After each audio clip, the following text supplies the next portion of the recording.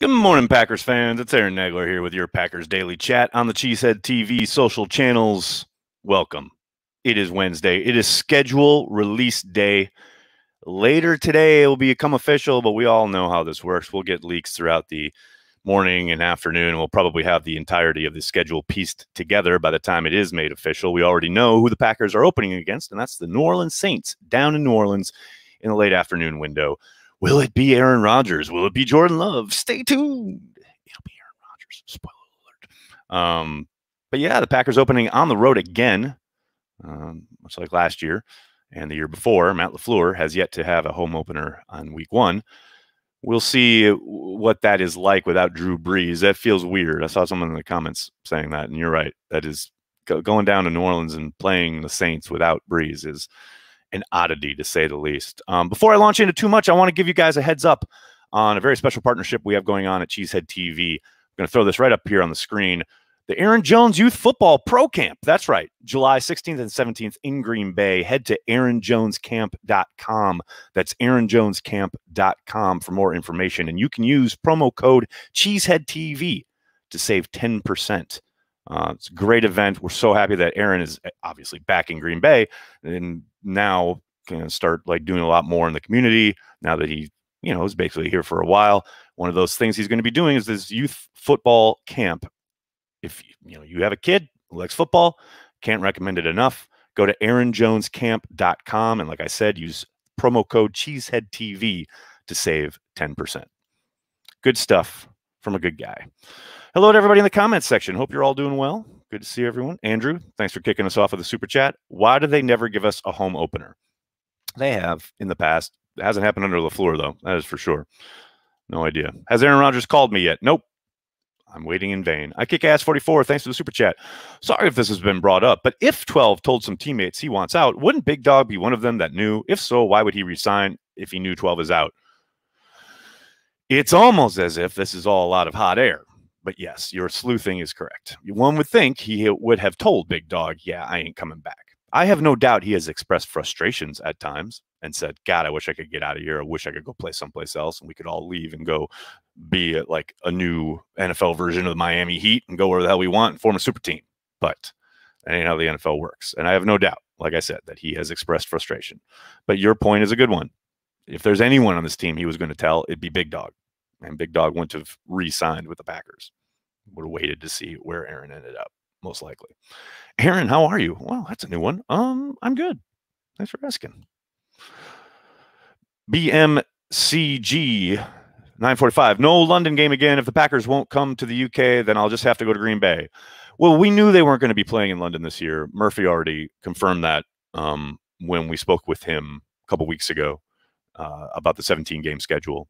We knew they wouldn't be going international this year. But next year, they are part of the group that will have a chance to be selected to play not only in London, but Mexico, other places around the world, Canada perhaps. So they'll be in the mix starting next year to travel and play internationally, and they have no say in the matter.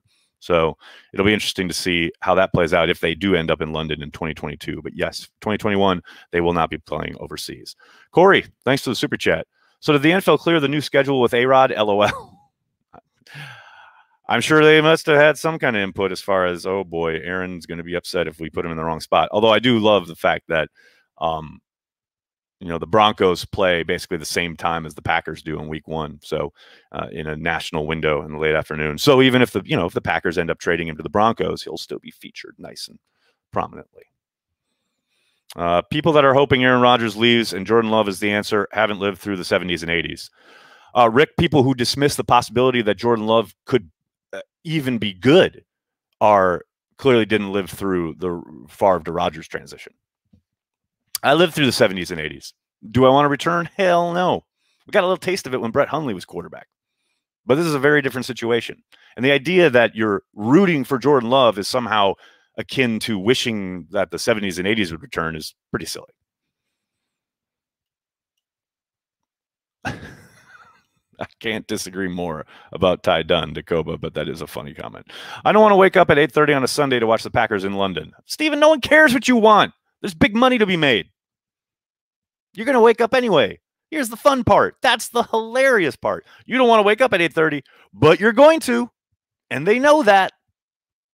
There's money to be made. Oz Osborne, what's up, Oz? Morning, Nags from Colorado. Finally made it live. What's up? I can't believe you're up and about this early. Well done, Oz. Yes. Sorry, I missed your name. Eric.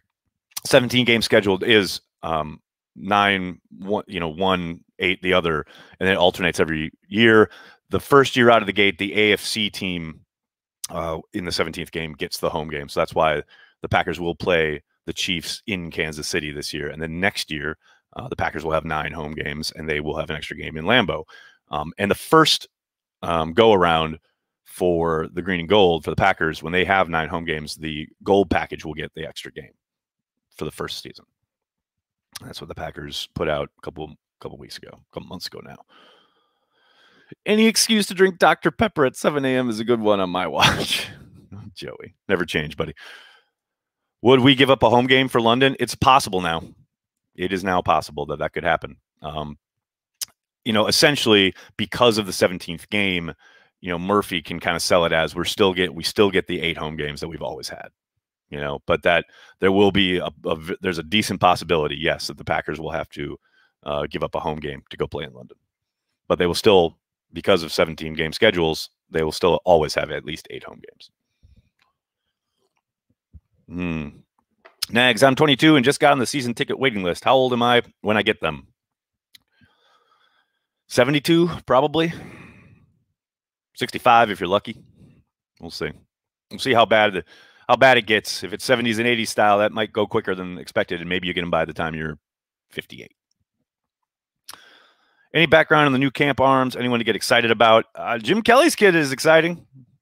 He's run afoul of the law here or there, but that's not concern when you're slinging the pigskin. Hell, Brett Favre ran afoul of the law back in the day. Excited about? That's probably a stretch. Is A-Rod situation on hold now until June 1st? Danny, it's been on hold in my mind for weeks already. 3 days in, I was done. But yes, most likely. The next flashpoint is June 1st. That's when he could possibly be traded. I don't think that's going to happen. The real kind of next moment to watch for is mandatory minicamp. I don't doubt for a second that OTAs will start and Rodgers won't show. They'll have their kind of off-season workout program started. But the first thing he has to show at or he gets fined is mandatory minicamp, but I believe they switched the dates around. I believe it's June 15th. Can't remember for sure, or maybe 14th. But that's when the first kind of, okay, he's not here, and he's supposed to be, when that officially hits.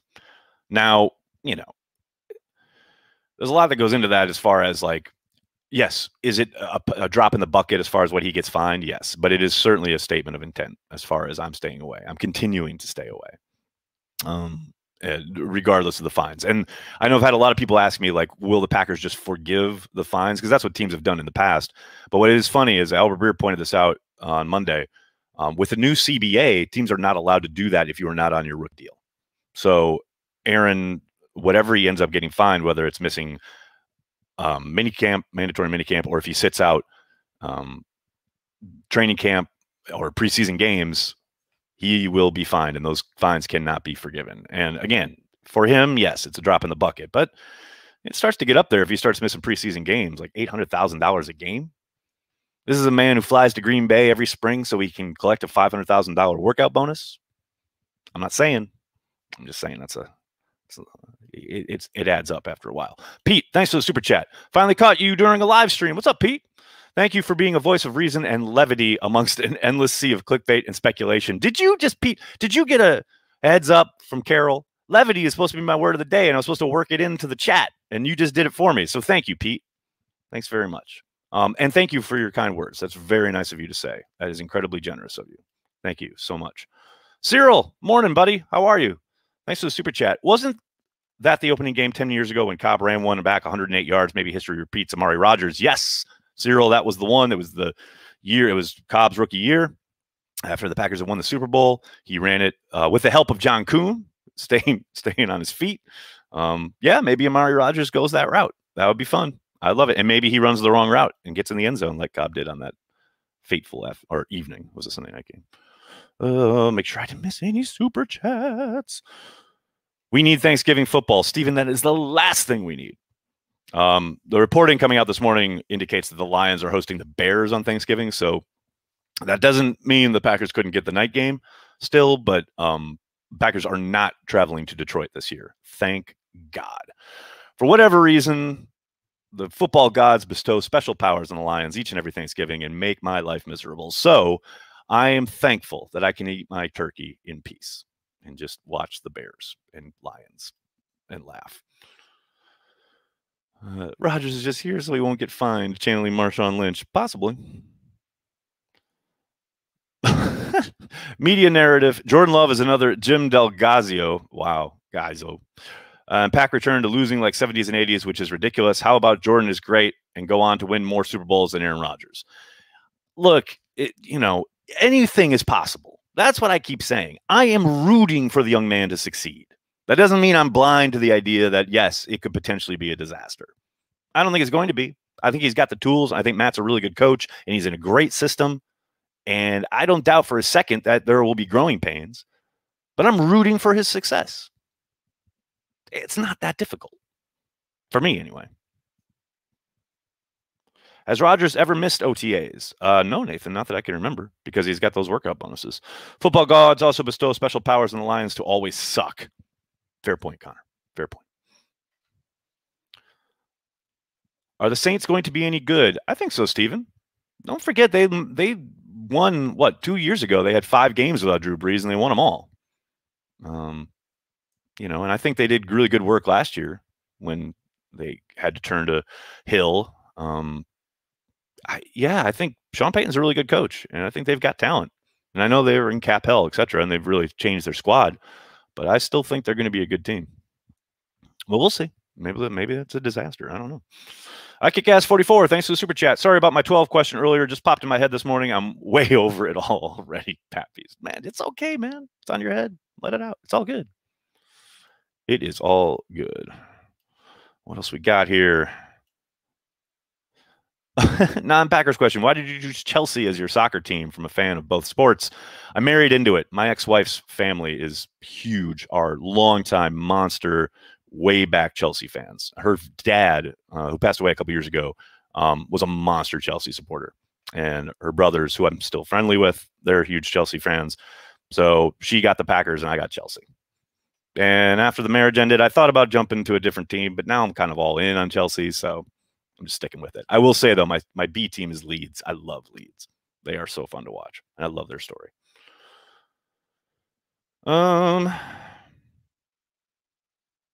Peyton is the offensive coach version of Parcells. Never count him out. Too good a coach. Blake, very much agreed. You can say what you want about Bountygate, etc., but I think the man is a hell of a coach. And don't ever forget, the Packers had him in and almost hired him over Mike McCarthy. At least he was in the mix before Ted pulled the trigger on Mike, which is always kind of an interesting parallel. And it's always interesting, too, how Peyton never gets labeled with the he wasted Drew Brees thing, while Mike gets totally lambasted for, quote unquote, wasting Aaron Rodgers, which is adorable and hilarious. But it is funny how that never sticks to Peyton, even though he had 3 7-9 seasons in a row, didn't get fired. Just interesting how that narrative shifts from coach to coach. Oh, here are some super chats. Jason, thanks for the super chat.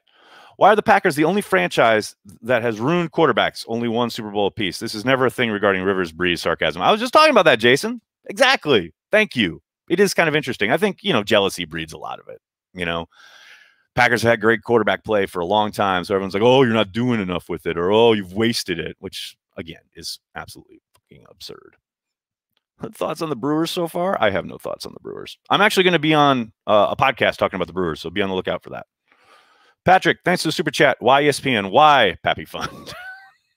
Patrick, just turn it off. Just scroll past. It's not difficult. They are the masters at engagement, and a lot of you just fall for it. I don't understand. That's why Cheesehead TV exists. So you don't have to go to ESPN. BJP, thanks to the super chat. Aaron has the power. Packers play hardball. Aaron reports, gets, quote, back pain, sits, and gets paid. Aaron has nothing to lose. Goody, everything. Aaron has stuff to lose, yo. You think for a moment that Packers fans have turned on him already, which they most certainly a big section of them have, that if all of a sudden he comes down with a mystery ailment, that's going to help his proposition? And then Jordan Love gets in. What if Jordan plays well? Then it gets really interesting. Now, Aaron's got stuff to lose. I mean, sure, Goody's got something to lose as far as, alienating part of the fan base that loves Aaron and wants to give him everything. But ultimately, there will be a day when Aaron Rodgers is no longer the quarterback of the Green Bay Packers. And Brian's job is to literally get the team ready for that day. That's his gig. So he's doing his job. And he's got the backing of Mark Murphy, the man who literally picked him. So I don't know that he's in this precarious position that you want to present here. I think he's sitting all right. Accidental Hero, thanks for the super chat. Lived in New York City in the 80s, and Kettle of Fish is exactly what I dreamed for New York. Every detail. Kettle is the bomb.com, man. If you guys are ever in New York, check out Kettle of Fish. Patrick does it right. The man's an absolute Wisconsin legend living in New York City in the Village. The best Packers bar in the world. I love it. What else we got? Popeye's Beef, thanks for the super chat. Do you think there's a lack of accountability in today's reporting? It seems that way to me, and at least to more misinformation. Yeah, but that's not sports specific. That's the world we live in, in this day and age where you can literally just create a Twitter account in about 2 minutes and get it out there. And if you got the right channels and the right people retweeting you, you can have a false story spread like wildfire instantly. That's not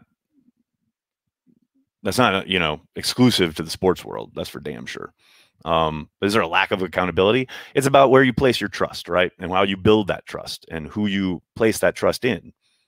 And I know there are a lot of reporters that come under fire, and the public really has turned on the media, and I understand why. But there's also a major lack of understanding of what you're reading and what you're consuming, and the bad actors, so to speak, they prey on that. So, yeah, is there a lack of accounting? Sure, but there's also a lack of inherent knowledge and curiosity about how the media actually works and who is doing what inside of it from the general public. Media literacy is a very real thing, and a lot of this country is fucking illiterate when it comes to the media. Revenge of the John, thanks for the super chat. Can I get a birthday shout out, Aaron? Always grateful for you and the whole Cheesehead TV crew and what you do. Revenge of the John, happy birthday, man. Yeah, a shout out? I'll do one better than that. Maybe one worse. But here you go. Happy birthday to you. Happy birthday to you. Happy birthday, dear Revenge of the John. Happy birthday to you. There you go, buddy. Happy birthday. Hope it's the best one ever. I hope Aaron Rodgers makes all your dreams come true. Vex, thanks for the super chat. Aaron Rodgers is afraid he can't beat out Jordan Love. Yes, I know this isn't the full truth. It's not even close to the truth, but it is hilarious to think about. There's no doubt about that. We supposedly play the Browns on Christmas Day at home. I am down with that. I'm down with some Christmas football. I love that. Give me some Browns, old school, Packers. Come on, that's awesome. Hopefully it'll snow. It'll be fantastic. All right. I think I'm about done. Can we talk about that Matt Miller clip? He told no lies. Juan, I love how people are going after Matt because he said run it in at the 3-yard line. And obviously, I think they were at the 8. And people, the 3-yard line, you're stupid. No, you know what he meant. He's talking in a conversation and he just says, you could have run it in from the 3-yard line. Now, that said, he went a little hard on Aaron. I get it. I understand that sentiment. I just, the idea that Aaron could have tried to make a play there is what I think is important. That's kind of the feeling he's, kind of expressing. And I agree. That I agree with. Like I said, he went a little hard, but hey, man, I can get it. I get it. I get the idea, especially from the outside sitting in. I totally get that. All right, everybody, I'm going to have to get going. Can't thank you guys enough for hanging out, talking Packers each and every day here on Cheesehead TV. Oh, Javier, in at the last moment with a super chat. What's up, buddy? Weirdly excited for preseason football. Finally a look at Jordan Love. Love A-Rod, want him back, but if he's gone, the future feels exciting with Matt LaFleur and the kid. I totally agree. I 1,000,000,000% agree. That is exactly where I'm at. I want Aaron back on the squad in the worst way. But if he's not, I am really excited about kicking things off with Jordan Love. And I don't think that's a bad thing. People want to make this like into some horrible situation. The Packers are sitting pretty good, man. I'm right there with you. All right, everybody. Thank you so much. I'll talk to you guys tomorrow. Please do me a monster favor and hit like on the video, subscribe to the channel, and then tell your friends and tell your family. Cheesehead TV, we're devoted to Green Bay Packers fans worldwide. Thanks a lot, everybody. Have a great day. Go Pack Go.